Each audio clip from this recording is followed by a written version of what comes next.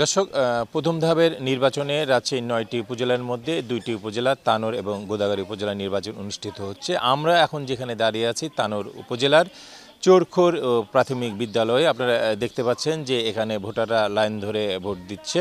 সকাল ৮টা থেকে এই ভোট গ্রহণ শুরু হয়েছে। আমরা যতটুকু জানতে পেরেছি খোঁজ নিয়ে যে সকাল ৯টা পর্যন্ত ৭% ভোট এখানে পড়েছে এবং সারিবদ্ধভাবে নারী ভোটাররা আপনারা দেখতে পাচ্ছেন যে ভোট দিচ্ছে। তবে পুরুষ ভোটারের সংখ্যা খুবই কম। বেলা বাড়ার সাথে সাথে পুরুষ ভোটারের সংখ্যা বাড়বে বলে আমাদেরকে জানিয়েছে প্রিজাইডিং অফিসার। আপনাদের একটা বিষয় জানিয়ে রাখি যে এই তানোর উপজেলা যে নির্বাচন হচ্ছে এখানে দুইজন প্রার্থী প্রতিদ্বন্দ্বিতা করছেন। এর মধ্যে বর্তমান যে চেয়ারম্যান রয়েছেন ময়না, এর পাশাপাশি আল মামুন, উনিও আওয়ামী লীগেরই একজন নেতা, তিনিও এখানে প্রতিদ্বন্দ্বিতা করছেন।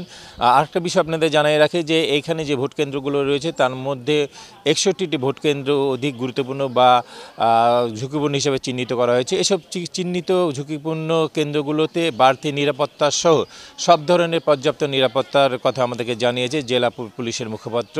এই দুই উপজেলায় ১১০০ পুলিশ মোতায়েন করা রয়েছে। এর পাশাপাশি ম্যাজিস্ট্রেট এবং নির্বাহী ম্যাজিস্ট্রেট, জুডিশিয়াল ম্যাজিস্ট্রেট মাঠ পর্যায়ে কাজ করছে।